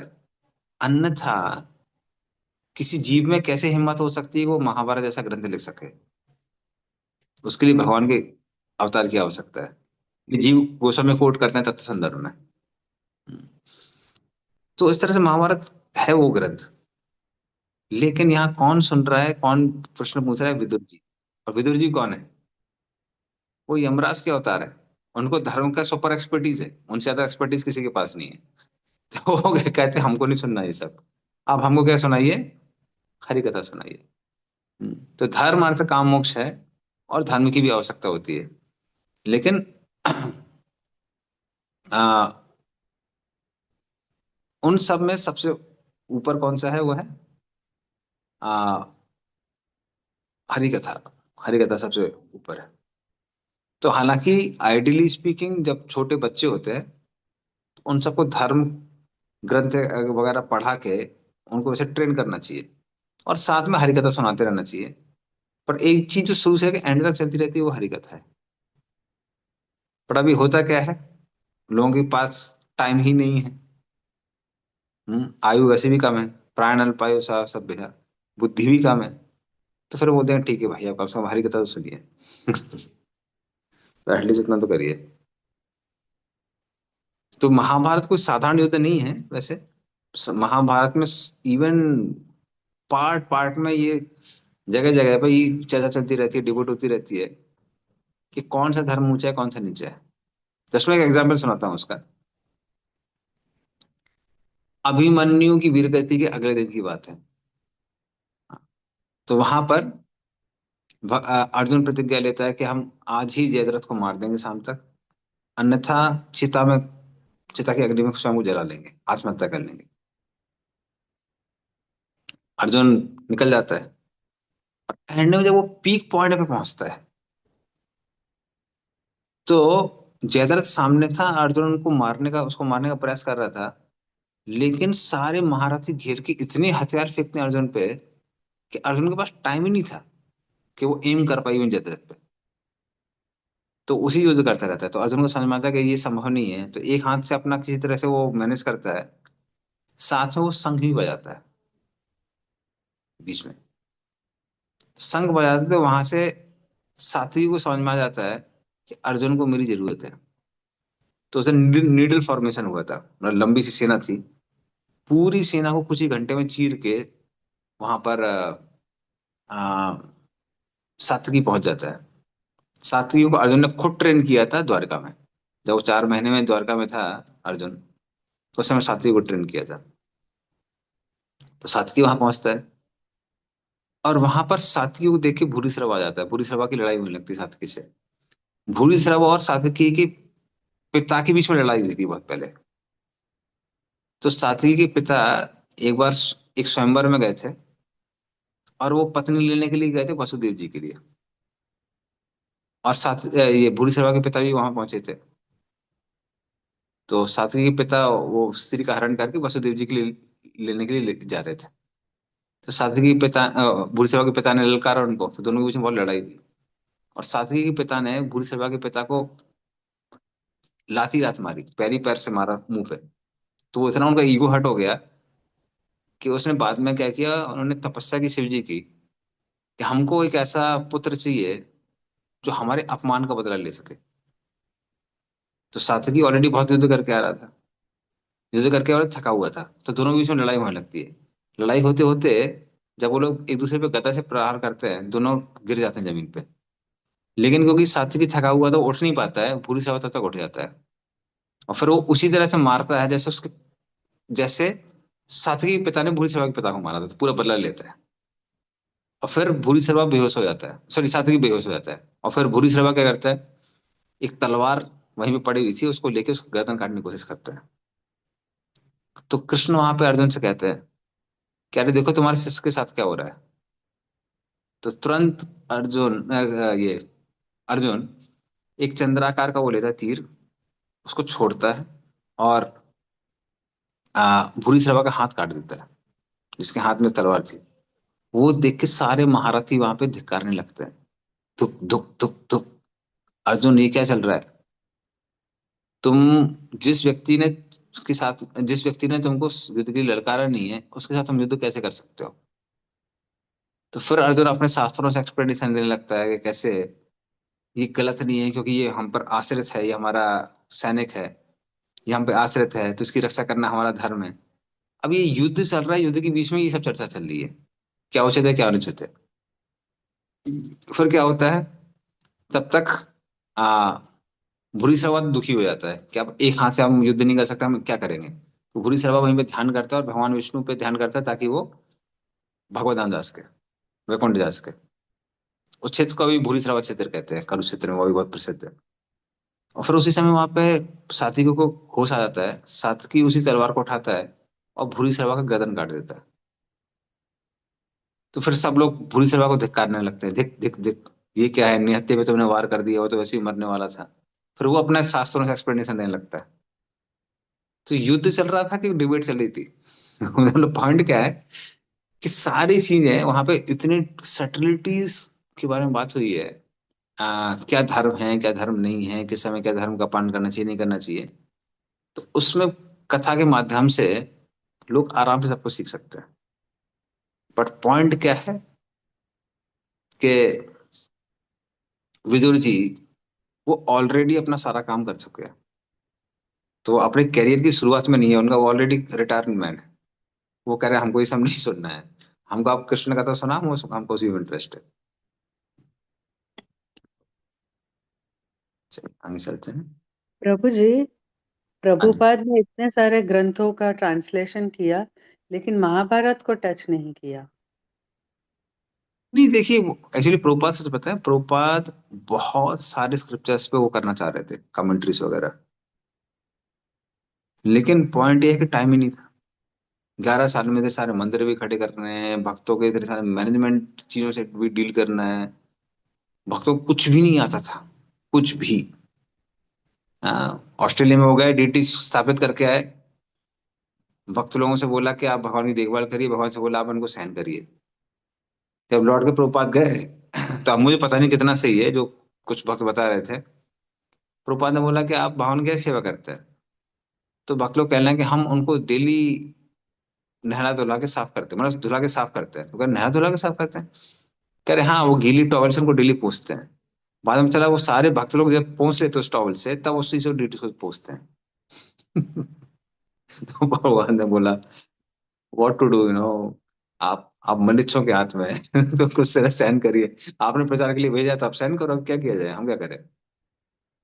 तो प्रभुपाद को ट्रेन करने में बहुत टाइम चला गया, तो प्रभुपाद का टाइम नहीं था। तो प्रभुपाद चाहते थे, प्रभुपाद इवन मैंने भागवतम में कहाँ क्लास दे रहा, हाँ ये पृथु महाराज का सेक्शन दे रहा था मैं भी, जस्ट एक वीक पहले। वहाँ एक जगह प्रभुपाद लिखते हैं, कहते हैं कि मैं चाहता हूँ कि जितनी भी आचार्य सी कमेंट्रीज हैं भागवतम पे वो इंक्लूड की जाए, but this will make the book very voluminous, इसी वजह से मैं कर नहीं पा रहा हूँ।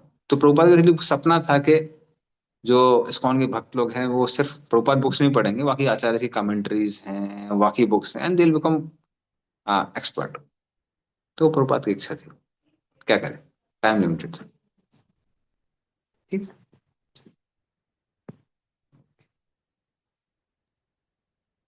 अब वो कहते हैं, रीजन बता रहे हैं कि वो महाभारत नहीं सुनना चाहते हैं। कस्तृप्निया तीर्थ पदो विधाना सत्रेषु वासुरभिरीडमाना यत्कर्णनाडीं पुरुषस्य यादो भव प्रदाम गेहरतिम छिन्नति। हाँ, तो ये बहुत ये मेमोराइज करने लायक वर्ष है, बड़े इसका अर्थ होता था।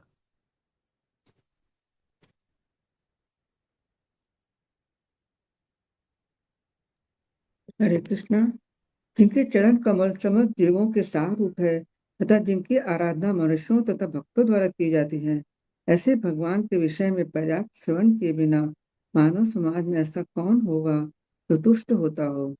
मनुष्य के कानों के छेदों में ऐसी कथाएं प्रविष्ट होकर उसके पारिवारिक मुंह के बंधन को काट देती है। तात्पर्य, कृष्ण कथा इतनी शक्तिशाली होती है कि मनुष्य के कान में प्रवेश करने मात्र से पारिवारिक स्नेह के बंधन से उसका उद्धार तुरंत कर सकती है।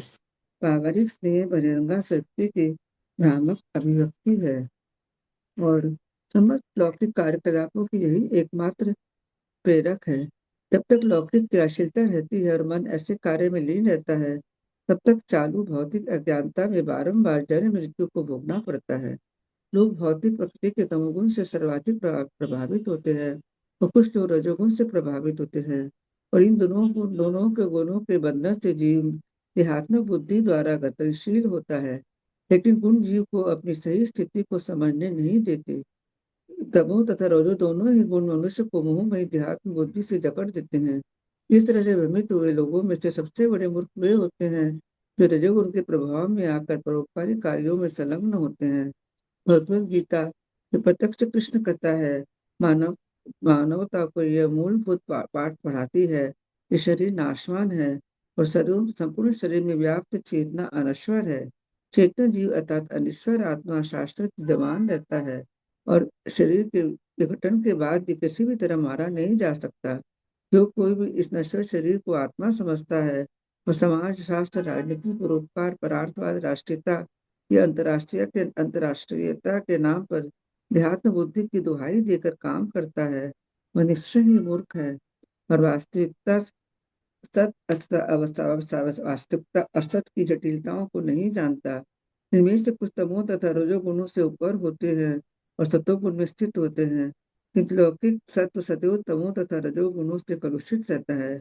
लौकिक सत्व मनुष्य को यह समझा सकता है कि शरीर तथा आत्मा भिन्न है और जो सतोगुण है वह आत्मा की परवाह करता है, शरीर की नहीं। किंतु कलुषित होने से लौकिक सतोगुणी लोग व्यक्ति के रूप में आत्मा के असली स्वभाव को नहीं समझ सकते। क्योंकि शरीर से पृथक आत्मा विषय विषय धारणा उन्हें भौतिक प्रकृति के अंतर्गत सत्वगुण में रखती है। जब तक वे कृष्ण कथा के प्रति आकृष्ट नहीं होती, तब तक वे भवबंधन से कभी भी मोक्ष नहीं पा सकते। कृष्ण कथा संसार के सभी लोगों के लिए एकमात्र औषधि है, क्योंकि मनुष्य को आत्मा की शुद्ध चेतना में स्थित कर सकती है और उसे भवबंधन से मुक्त कर सकती है। श्री चैतन्य महाप्रभु की संस्तुति के अनुसार विश्व भर में कृष्ण कथा का प्रचार करना सबसे बड़ा धर्मोपदेश कार्य है और संसार के समस्त विवेकवान नर नारी श्री चैतन्य महाप्रभु द्वारा चलाए गए इस महान आंदोलन में सम्मिलित हो सकते हैं। हरे कृष्ण। धन्यवाद। तो कस तृप्नुयात् तीर्थ पदो विनाता दानात्। तो कौन तृप्त हो सकता है किससे? हरि कथा सुन के। तो तीर्थ पता जो कृष्ण के चरण हैं वो समस्त तीर्थों के आश्रय है। और सत्तरे से वो सूर्य भी माना, जो सूर्य भी है, मतलब जो भगवान के महान भक्त है, वो हमेशा क्या करते हैं? कृष्ण की कथा करते रहते हैं, उनकी प्रशंसा करते रहते हैं। और कृष्ण कथा सुनने से क्या होता है? ये कर्ण नाडिन एक स्पेशल वेन डेवलप हो जाती है कान में। वो वेन क्या करती है? वो हृदय को ऐसा संतुष्ट करती है कि गेह रतम छिन्नति। तो व्यक्ति का जो प्रोपाल लिखते फैमिली अफेक्शन भी खत्म हो जाता है। अभी एग्जाम्पल उस समय फैमिली अफेक्शन क्यों दिया था? क्योंकि वैदिक कल्चर में फैमिली अफेक्शन को सबसे स्ट्रांग बोला जाता है। कलयुग में चीजें चेंज हो गई हैं। शायद अभी कलयुग में अगर वो बोलते तो वो बोलते हैं कि वो शायद बोलते हाँ यूट्यूब रतिम छिन्नति। यूट्यूब से जो आ सकती है उसको वो काट देती है कृष्ण कथा। या फिर मोबाइल रतिम छिन्नति। लोगों का एक दिन अगर मोबाइल ना मिले तो पता लगे हॉस्पिटलाइज हो जाते हैं लोग। ये रियल कथा है। एक लेडी किसी का बहुत कॉस्टली उसका मोबाइल था, वो वो चोरी हो गया, तो हॉस्पिटलाइज हो गई। लोग तो लोग बिना मोबाइल के नहीं रह सकते, क्या नहीं है? तो इसलिए उसका एग्जाम्पल दिया। और इसका रियल रीजन क्या है? क्योंकि गृहस्थ जीवन में क्या होता है कि सारे पांचों रस पूरे मिल जाते हैं, तो व्यक्ति उसमें पूरा लिप्त हो जाता है। लेकिन पॉइंट यहाँ क्या बोला जाता है? हरि कथा उससे और भी ज्यादा नेक्टेरियन है, और उसका कोई कंपैरिजन नहीं है। हरि कथा कोई कंपैरिजन नहीं। प्रभु जी, जब हम लोग धाम जाते हैं या महाराज का लेक्चर सुनते हैं या कहीं भी जाते हैं, तब एक्चुअली मोबाइल मिस नहीं करते। नहीं तो बिना 1 मिनट के भी नहीं रह सकते, मतलब बिना फोन के। तो क्या करे, वो ऐसा ऐसा उसको कर दिया गया है मोबाइल को। People can live without their spouse but not without mobiles.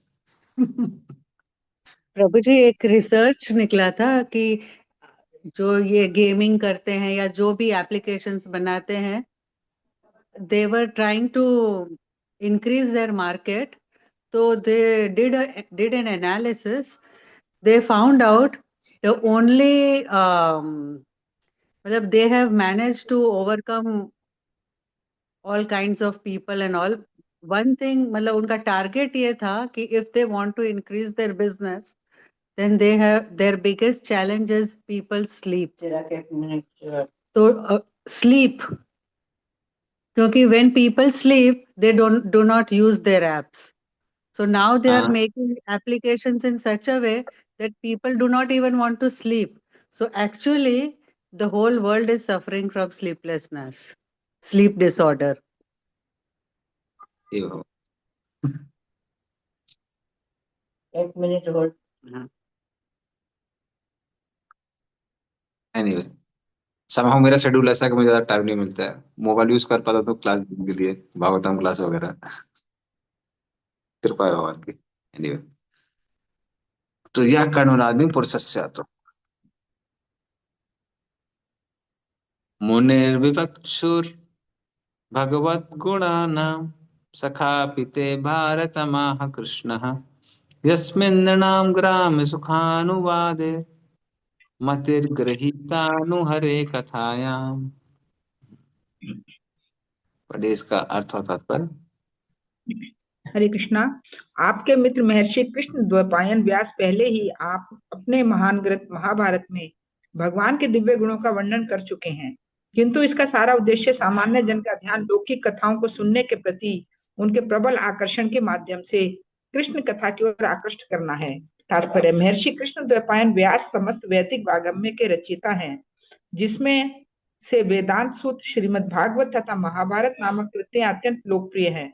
जैसा कि भागवत में कहा गया है, श्री व्यास देव ने महाभारत की रचना उन अल्प बुद्धि वाले मनुष्यों के लिए की जो जीवन के दर्शन की अपेक्षा लौकिक कथाओं में अधिक रुचि लेते हैं। वेदांत सूत्र की रचना ऐसे व्यक्तियों के लिए की गई है जो पहले से लौकिक कथाओं के ऊपर हों और जिन्होंने लौकिक कार्यकलापों के तथाकथित सुख की कटुता का पहले से आस्वादन किया हो। वेदांत सूत्र का पहला सूत्र है अथातो ब्रह्म जिज्ञासा, अर्थात जब किसी ने इंद्रिय तृप्ति के बाजार में लौकिक जिज्ञासाओं का सौदा पूरा कर लिया हो, तभी वह ब्रह्म के विषय में प्रासंगिक जिज्ञासाएं कर सकता है। जो लोग ऐसी लौकिक जिज्ञासाओं में व्यस्त रहते हैं, जिनसे समाचार पत्र तथा अन्य ऐसे ग्रंथ भरे रहते हैं, वे स्त्री, शूद्र, द्विज बंधु अर्थात स्त्रियों, श्रमिकों तथा उच्च जाति ब्राह्मण, क्षत्रिय, वैश्य के अयोग्य पुत्रों की श्रेणी में आते हैं। ऐसे अल्पज्ञ लोग वेदांत सूत्र के प्रयोजन को नहीं समझ सकते, यद्यपि वे विकृत रूप में सूत्रों का अध्ययन करने का स्वांग कर सकते हैं। वेदांत सूत्र के असली प्रयोजन की व्याख्या प्रणेता ने स्वयं श्रीमद् भागवत में की है, और श्रीमद् भागवत के संदर्भ के बिना वेदांत सूत्र को समझने का प्रयास करने वाला कोई भी व्यक्ति निश्चय ही दिग्भ्रमित हो जाता है। ऐसे दिग्भ्रमित लोगों को, जो शरीर को आत्मा समझने की गलत धारणा के अधीन लौकिक परोपकारी कार्यों में रुचि दिखाते हैं, महाभारत से लाभ उठाना चाहिए, जिसे श्री व्यासदेव ने विशेष रूप से उन्हीं के लाभार्थ लिखा है। इस महान प्रणेता ने महाभारत की रचना इस प्रकार की है ऐसे अल्पज्ञ लोग, जिन्हें लौकिक कथाओं में अधिक रुचि है, बड़े चाव से महाभारत को पढ़ सकते हैं, और ऐसे लौकिक सुख के दौरान वे भगवत गीता का भी लाभ उठा सकते हैं, जो श्रीमद् भागवत या वेदांत सूत्र का प्रारंभिक अध्ययन है। श्री व्यासदेव द्वारा लौकिक कार्यकलापों का इतिहास लिखने में अल्पज्ञों के लिए भगवत गीता के माध्यम से दिव्य साक्षात्कार का अवसर प्रदान करने के अतिरिक्त कोई अन्य प्रयोजन न था। विदुर द्वारा महाभारत का संदर्भ सूचित करता है कि उन्होंने अपने असली पिता व्यासदेव से महाभारत सुनी, जब वे घर से दूर रहकर तीर्थ स्थलों का भ्रमण कर रहे थे। हरे कृष्ण प्रभु जी। हाँ, धन्यवाद। तो इस तरह से जैसे महाभारत में पूरा धर्मशास्त्र के बारे में दिया हुआ है, किंतु वही जो डिबेट है जो अर्जुन और कृष्ण के बीच में होती है भगवद गीता में, जब हम लोग भक्ति स्त्री कर रहे थे तो थोड़ा डिटेल पढ़ा भी था हमने कि अर्जुन कहता है, अर्जुन भगवान से बहस करता है, कहते हैं भगवान आप कह रहे हैं, कृष्ण कहते हैं कि इन सबको मार दो। वो कहता है, अर्जुन कहता है कि आप कैसे बोल सकते हैं इनको मार देना है। तो भगवान कहते हैं ये तो आतताई है। छह तरह के आतताई के बारे में बात आती है। फिर वो अर्जुन कहता है कि हे भगवान, पर आप अर्थशास्त्र के अनुसार बोल रहे हैं। अर्थशास्त्रों से जो पारसर स्मृति है, मनुस्मृति है, धर्मशास्त्र है, ये ज्यादा ऊंचे हैं। और धर्मशास्त्र के अनुसार अगर मान लीजिए कोई आचार्य है तो आचार्य को कभी नहीं मारना चाहिए। तो फिर भगवान बोलते हैं, कहते हैं कि अर्जुन, हाँ, तुम तो बड़े बुद्धिमान हो, तुमको पता है धर्मशास्त्र ऊपर के अर्थशास्त्र ऊपर है। और फिर जब आगे अर्जुन कहते हैं ना सस्ते हम साधि हम प्रपन्नम, तो भगवान क्या बोलते हैं, फिर वो डांटते हैं ना, अनुशोचनस्तम प्रज्ञा भावम से भाषते गतासु ना गतासु सा नानुश्रुति पंडिता। तुम धर्मशास्त्र शास्त्र के बारे में डिबेट करके दिखाना चाहते हो तुम बहुत बुद्धिमान हो, लेकिन पंडित लोगों को पता है कि धर्मशास्त्र और अर्थशास्त्र से ऊपर क्या है, ज्ञान शास्त्र है। और ज्ञान शास्त्र से ऊपर होते हैं परमात्मा शास्त्र, कैसे भगवान इस संसार की सृष्टि करते हैं, पालन करते हैं और विध्वंस करते हैं। पर सबसे ऊपर जो होते हैं वो भक्ति शास्त्र है, जो कि बताते हैं कि जीव कौन है, भगवान कौन है, और भगवान के साथ जीव का क्या रिश्ता है। वो रियलाइज करना हाईएस्ट शास्त्र कहलाता है। तो इस तरह से पूरी हायरार्की है जो कि भगवत गीता में बताई जाती है।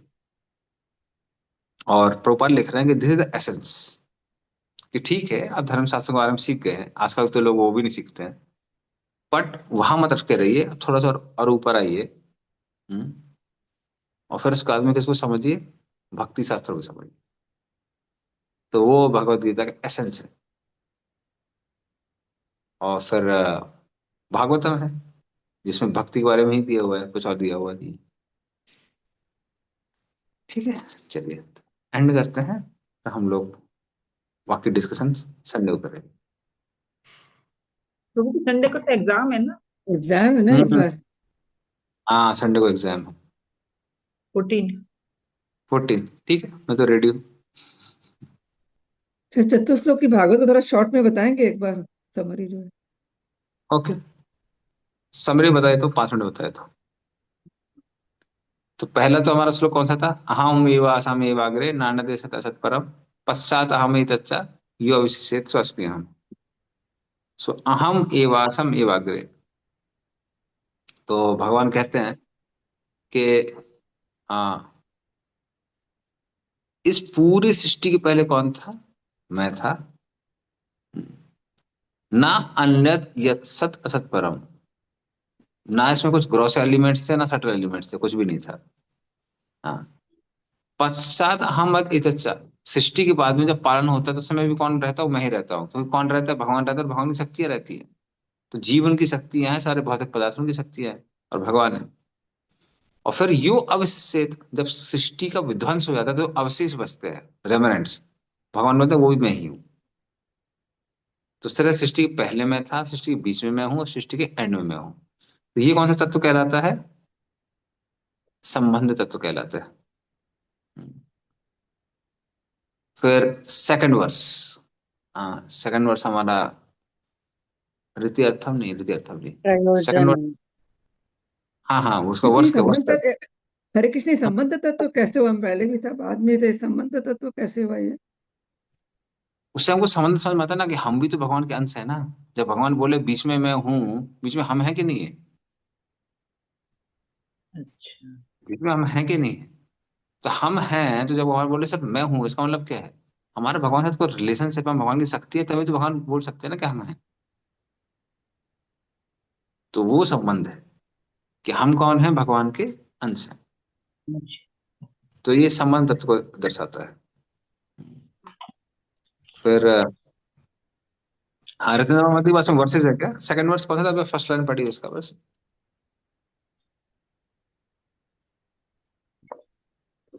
यथा महांति भूतानि तो प्रयोजन था, वो थर्ड वर्स था। सेकंड वर्स तद्विद्यात् आत्मनो माया था वसुयत तमहा। पहली लाइन क्या थी उसकी? द्वितीय अर्थ हाँ, से तो प्रतीयत। ये सेकंड वर्स है कि फोर्थ वर्स है? द्वितीय अर्थम में प्रतीयता सेकंड सेकंड। सेकंड है, ओके, फिर तो मैं सही जा रहा। ठीक है। द्वितीय अर्थम यत् प्रतीयता न प्रतीयत आत्मनि, तद विद्यात् आत्मनो मायम यथा भासो यथा तमहा। पहला वाला जो श्लोक है वो संबंध तत्व में ज्ञान बताता है, और दूसरा जो है वो विज्ञान बताता है। हम्म। तो ऋते अर्थम यत् प्रतीयता, इस संसार में जो भी अर्थम मतलब मूल्यवान दिखाई पड़ता है, तो ना प्रतीयत आत्मा नहीं, भगवान बोलते हैं अगर आप मेरा उसे रिलेशनशिप नहीं देख पा रहे हैं, अगर कुछ मूल्यवान दिख रहा है, कोई भी बहुत सुंदर दिखाई दे रहा है, ज्ञानवान दिखाई दे रहा है, या कोई वस्तु बहुत ऐश्वर्यशाली दिखाई दे रही है, तो भगवान बोलते हैं आप को उसको देख के क्या याद आना चाहिए? हमारा ऐश्वर्य याद आना चाहिए। क्योंकि जो भी चीजें हैं संसार में वो सब भगवान की विभूतियां हैं। हम्म। तो भगवान बोलते हैं अगर आपको मूल्यवान दिख रहा है लेकिन आपको मेरे से रिलेशनशिप नहीं दिख रहा है उसका, तो भगवान बोलते हैं तद विदत आत्मनो मायाम, ये माया है, इसी को माया कहते हैं। और एग्जाम्पल क्या देते हैं? यथा भासो यथा तमहा, जैसे अंधकार में इल्यूजन्स दिखाई देते हैं। बैग के ऊपर कम्बल रखा, लगता है आदमी बैठा हुआ है। तो उस तरह से अगर कोई दिख रहा है तो भगवान बोलते हैं इसी को माया कहते हैं, यथा भासो यथा तमहा। तो ये क्या हो गया? विज्ञान हो गया। विज्ञान क्या है? ये साक्षात्कार कि भगवान का हर चीज से रिलेशनशिप है, सब चीजें भगवान की शक्तियां हैं। तो जो पिछले वर्ष में उन्होंने बोला है कि सब चीजें हमारी शक्ति है, उसका साक्षात्कार करना क्या है? विज्ञान है। तो सेकंड श्लोक आ जाता है। तीसरा है यथा बहंती भूतानि भूतेषु अनु प्रविष्टानि प्रविष्टानि तथा तेषु न तेषु अहम्। तो ये है प्रयोजन। प्रयोजन क्या है? भगवान बोलते हैं यथा महंती भूतानि, जैसे पंच महाभूत होते हैं, पृथ्वी जल वायु अग्नि, ये सब के सब हमारे अंदर भी हैं और बाहर भी हैं, सब जगह। तो भगवान बोलते हैं उसी तरह से मैं अंदर भी हूं और हर चीज के बाहर भी हूं। तो ये प्रयोजन है। प्रयोजन का मतलब हर जगह कृष्ण को देखना। हाँ, कृष्ण को अपने अंदर देखना, बाहर देखना, सब जगह देखना। तो ये प्रयोजन है। और जो लास्ट वर्ष है, हाँ, वो है आपका आ, जिसको हम लोग बोलते हैं अभिधेय। हम्म, तो लास्ट वर्ष कौन सा था? क्या था ये? यत्सा सर्वत्र सर्वदा, उसका फर्स्ट लाइन क्या था? एतादेव जिज्ञासाय हाँ जिज्ञासेन तत्व जिज्ञास्तु आत्मन। हाँ, पहला पहला लाइन आपने पहला वर्ड कौन सा बोला था? एताविदेव हाँ, एताविदेव एतावदेव एतावदेव जिज्ञासु।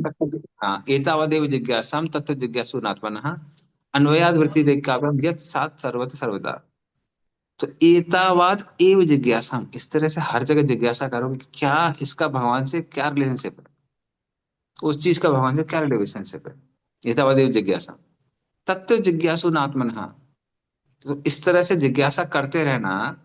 हम्म, और कैसे? अन्वयाद वृत्ति रेखा, कुछ चीजों का भगवान से डायरेक्ट रिलेशनशिप होगा, कुछ का इनडायरेक्ट होगा। तो जैसे श्रवण कीर्तन चल रहा है कृष्ण के नाम का, तो डायरेक्ट है, भगवान की जो विग्रह है वो डायरेक्ट है। बट कुछ चीजों का इनडायरेक्ट होता है रिलेशनशिप। जैसे कोई व्यक्ति भूखा है, क्यों भूखा है? क्योंकि वो अपने आप को शरीर मान बैठा हुआ है। अच्छा, अभी भूख कहाँ से आ रही है? कि अल्टीमेटली तो उस व्यक्ति को हृदय में संतुष्टि नहीं मिल रही है, इसलिए वो भूख आ रही है। अच्छा, आदमी संतुष्ट कैसे हो सकता है? वो संतुष्ट इसलिए हो सकता, तभी हो सकता है जब वो भगवान के साथ जुड़ा हुआ हो। तो अल्टीमेटली ये भूख कौन सी भूख है? भगवान से ना मिलने की भूख। तो ये कैसा हो गया? इनडायरेक्ट हो गया। तो डायरेक्टली इनडायरेक्टली हर चीज को भगवान से कनेक्ट करके देखना। कब कनेक्ट करना है? सर्वत्र, हर स्थान पे कनेक्ट करना है। कोई ऐसा स्थान नहीं होने जहां हम कनेक्ट नहीं कर रहे हैं। और सर्वदा मतलब हमेशा करना है। इसको क्या बोलते हैं? इसको बोलते हैं अभिधेय। अभिधेय मतलब यही प्रैक्टिस है, being Krishna conscious, international society for Krishna consciousness, Krishna चेतना। तो हर चीज को भगवान से कनेक्ट करके देखो, कृष्ण चेतना, कृष्ण चेतन हो जाओ। ये प्रैक्टिस है। तो इस तरह से चतुर्श्लोक में ये सब संबंध, संबंध में भी दो पार्ट। पहला श्लोक ज्ञान, दूसरा श्लोक विज्ञान। फिर तीसरा श्लोक डायरेक्टली क्या आ जाता है? सा रहस्य का, जो रहस्य है वो क्या है? प्रयोजन। भगवान को अंदर देखना, बाहर देखना, सब जगह देखना। और जो फोर्थ वर्स है वो क्या है? अभिधेय। हर जगह भगवान से और हर समय चीजों को भगवान से कनेक्ट करके देखना। तो इस तरह चार चतुर्श्लोक में भगवान ने सारा सेंस दे दिए। ठीक है रितमन माता। Thank you. Hare thank Krishna, you. Hare Krishna. Hare Krishna. अंतरा श्रीमद् भागवतम की जय, श्री गोपाल की जय। वान सकल पुरुषा कृपा सिंधु सब जना पावने वैष्णव। Thank you, Prabhuji. Thank you so much. Hare Hare Krishna. Krishna. Thank you.